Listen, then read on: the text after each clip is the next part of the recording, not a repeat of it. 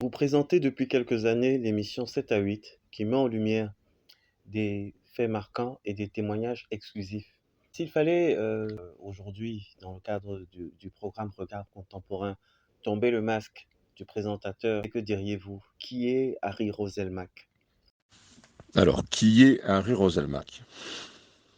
Harry Roselmack est un homme antillais, afrodescendant, de bientôt 50 ans, qui ne se pose pas tellement la question de savoir qui il est. J'ai des bases solides pour parler de moi un peu à la première personne et pas à la troisième, ça fait présomptueux.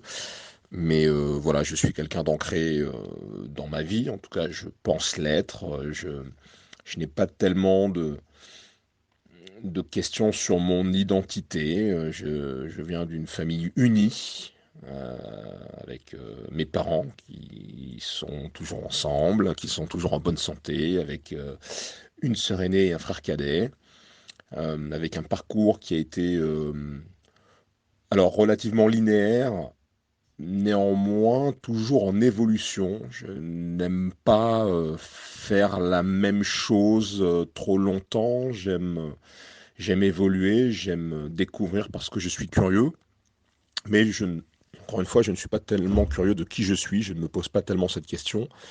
La question qui me taraude, c'est ce que je suis, ce que nous sommes, ce que sont les êtres humains, ce qu'est l'être, l'être du verbe être. Euh, et donc voilà, d'où venons-nous, d'où vient l'univers? Est-ce une création ou est-ce une émergence aléatoire? Ça, ce genre de questions me passionne. Et voilà, j'en fais d'ailleurs le sujet d'un essai que je suis en train de finaliser. Pourquoi les médias? Pourquoi la radio? Pourquoi la télé? Est-ce que c'est une passion que vous nourrissez depuis l'enfance? C'est à nouveau une question que je vais encore esquiver, pas volontairement, hein, mais parce que je ne me la suis pas posée de cette façon. Si je me suis retrouvé à la radio puis à la télévision, c'est parce que j'ai une passion qui est les gens, les autres, qui est l'écriture, le fait de transmettre, et qui m'a donc mené vers le journalisme. Voilà, je le dis souvent aux jeunes que je suis amené à rencontrer, je n'ai pas voulu être présentateur télé, je n'ai pas voulu travailler à la radio ou sur TF1, j'ai voulu être journaliste. Ensuite, ce sont des opportunités qui m'ont mené et à la radio et à la télé et avoir le parcours que j'ai eu. Dans une interview effectuée avec l'équipe de rédaction de notre magazine il y a quelques mois, Arnaud Gacha, adjoint à la maire de Paris et par ailleurs directeur de l'unité des programmes culturels de France 2, affirmait que les efforts faits en faveur de la promotion de la diversité dans le paysage audiovisuel français, c'est-à-dire le PAF, demeuraient mitigés jusqu'à présent. Partagez-vous ce point de vue? Alors oui, effectivement, la situation sur le plan de la diversité dans les médias doit encore évoluer, mais on est parti de loin quand même. Il faut se rendre compte qu'il y a 20 ans, la diversité sur les écrans français était quasi inexistante. Il y a donc eu une évolution sensible. Bon, est-ce qu'elle est suffisante ou pas? Certains diront que oui. Moi, je suis plutôt de ceux qui pensent que qu'on peut encore évoluer, et notamment dans les archétypes qui sont incarnés par les personnages non blancs dans les séries, par exemple. Euh, Parce que c'est là où je veux en venir. Je crois que la priorité aujourd'hui, c'est de réfléchir à la façon dont sont traités à l'image, sur le fond aussi, les personnes qui sont non blanches, à la télévision, à la radio, dans les médias de façon générale. Pour moi, on est plus dans une question de, de traitement de ces personnes, de paroles données à ces personnes-là que dans les visages, que dans l'incarnation de la diversité qui, je pense, a quand même sensiblement évolué. Pour aller plus loin, je pense même que dans la publicité, on est presque à un inverse aujourd'hui, c'est que pas pour des raisons philanthropiques, mais pour des raisons marketing, parce que ça marche, parce que ça fait vendre. Les visages noirs dans la publicité sont sans doute surexposés, si en tout cas on les ramène à la proportion de noirs et de diversité qu'on a en France.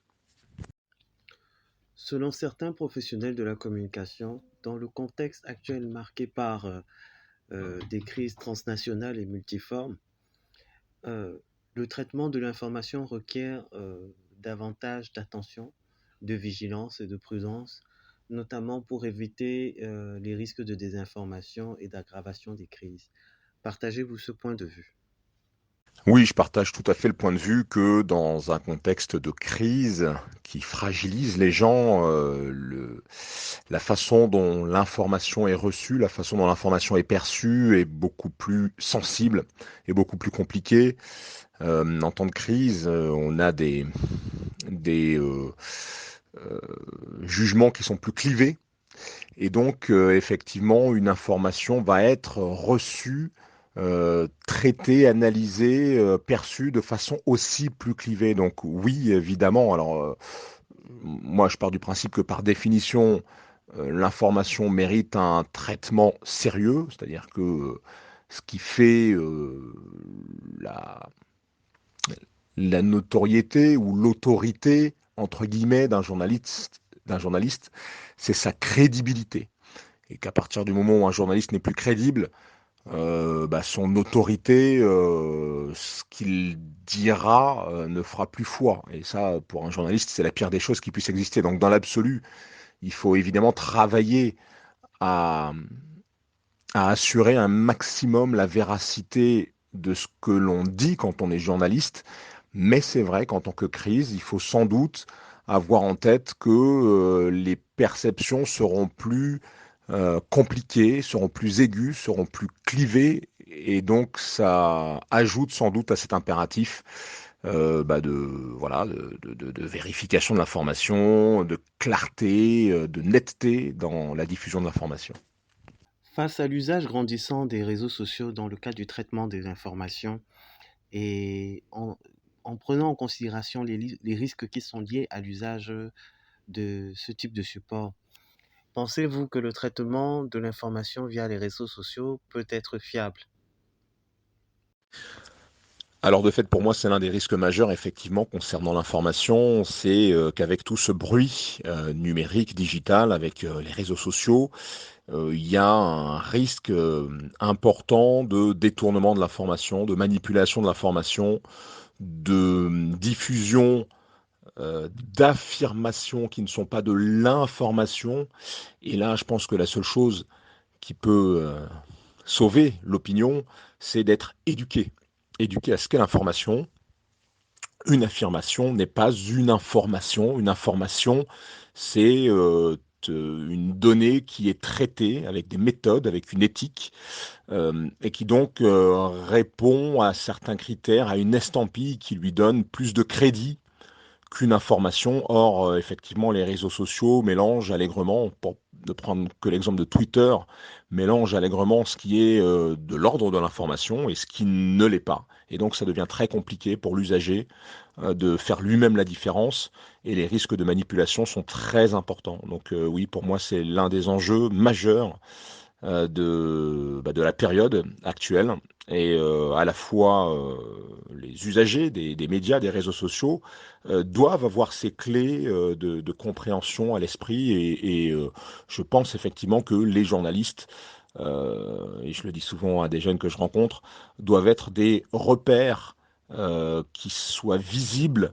Encore une fois, dans ce nuage de données, et les journalistes sont peut-être encore plus importants aujourd'hui qu'il ne pouvait l'être hier, où il y avait très peu de médias, où il y avait quelques chaînes et où on pouvait avoir, voilà, en tout cas où on était moins exposé au risque de fake news, de manipulation de l'information.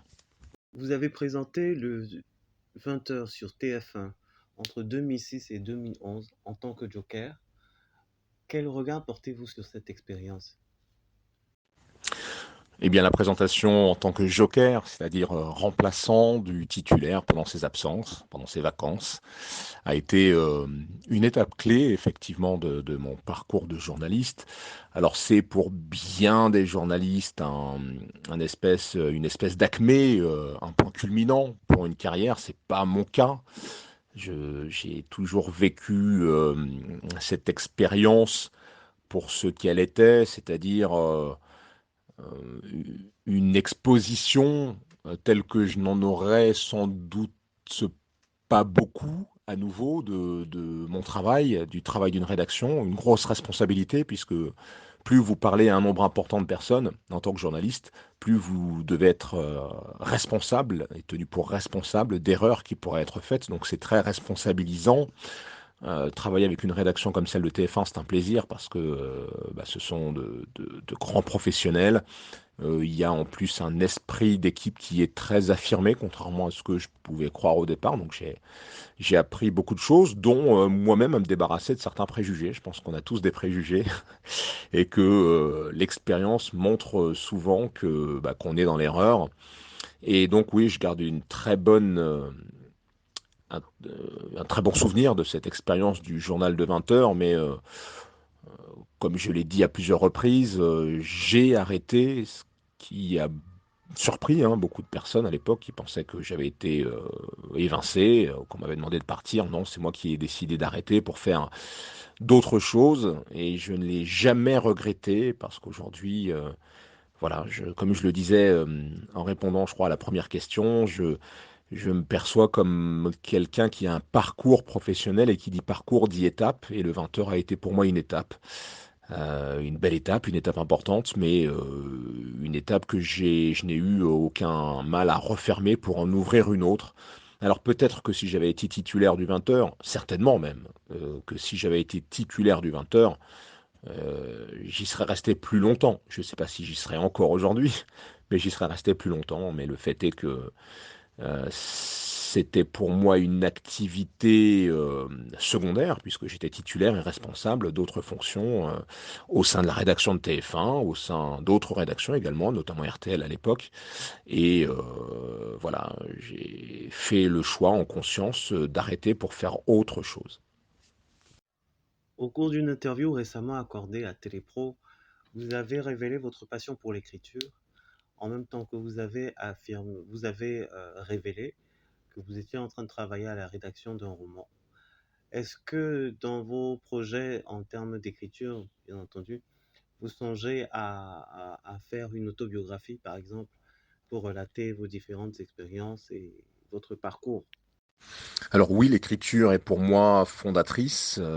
C'est l'une des raisons pour lesquelles j'ai eu ce parcours, notamment de journaliste. Mais c'est vrai que je suis aussi producteur, auteur, réalisateur, puisque j'ai écrit, réalisé et coproduit un film de fiction, un long métrage.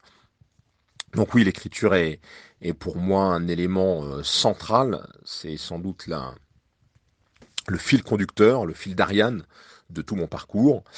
Et oui, je suis en train de mettre la dernière main à un nouvel ouvrage, à un essai. Cette fois, j'ai toujours publié de la fiction, à l'exception de tribunes qui ont pu être publiées dans la presse, mais en tant que livre, j'ai toujours écrit de la fiction et là, je m'attaque à un genre très costaud, puisque c'est un essai métaphysique qui parle de l'être, de ces questions dont je vous ai dit en tout début d'entretien qu'elles me passionnent. Et donc, j'espère que ce livre sera disponible à la vente d'ici l'été prochain.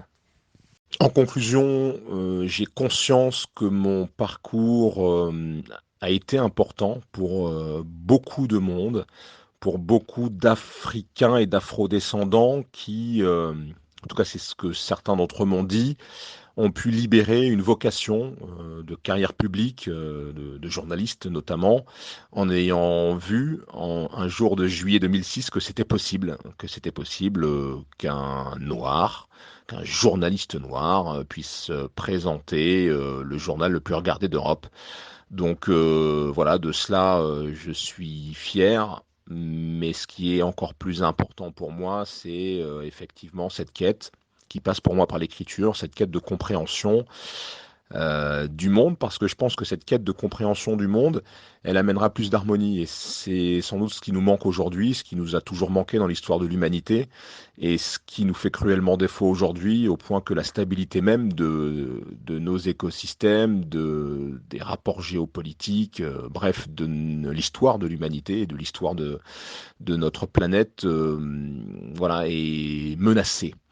Et donc, je pense que ces réponses-là, ce questionnement-là, et les réponses qu'on va y apporter, même si on n'aura sans doute jamais la réponse ultime, je pense qu'il faut faire preuve d'humilité quand on est dans ce genre de quête métaphysique profonde, c'est qu'on n'aura sans doute pas de notre vivant la réponse ultime à la question d'où venons-vous, de, nous n'aurons sans doute pas de réponse ultime à la question d'où venons-nous, que sommes-nous. Néanmoins, on peut avoir, et je le pense, des réponses intermédiaires qui nous permettent d'avoir une direction, une boussole et des valeurs spontanées qui nous guident vers plus d'harmonie. C'est en tout cas à ça que je vais continuer à travailler, sans doute jusqu'au dernier jour de mon passage sur Terre.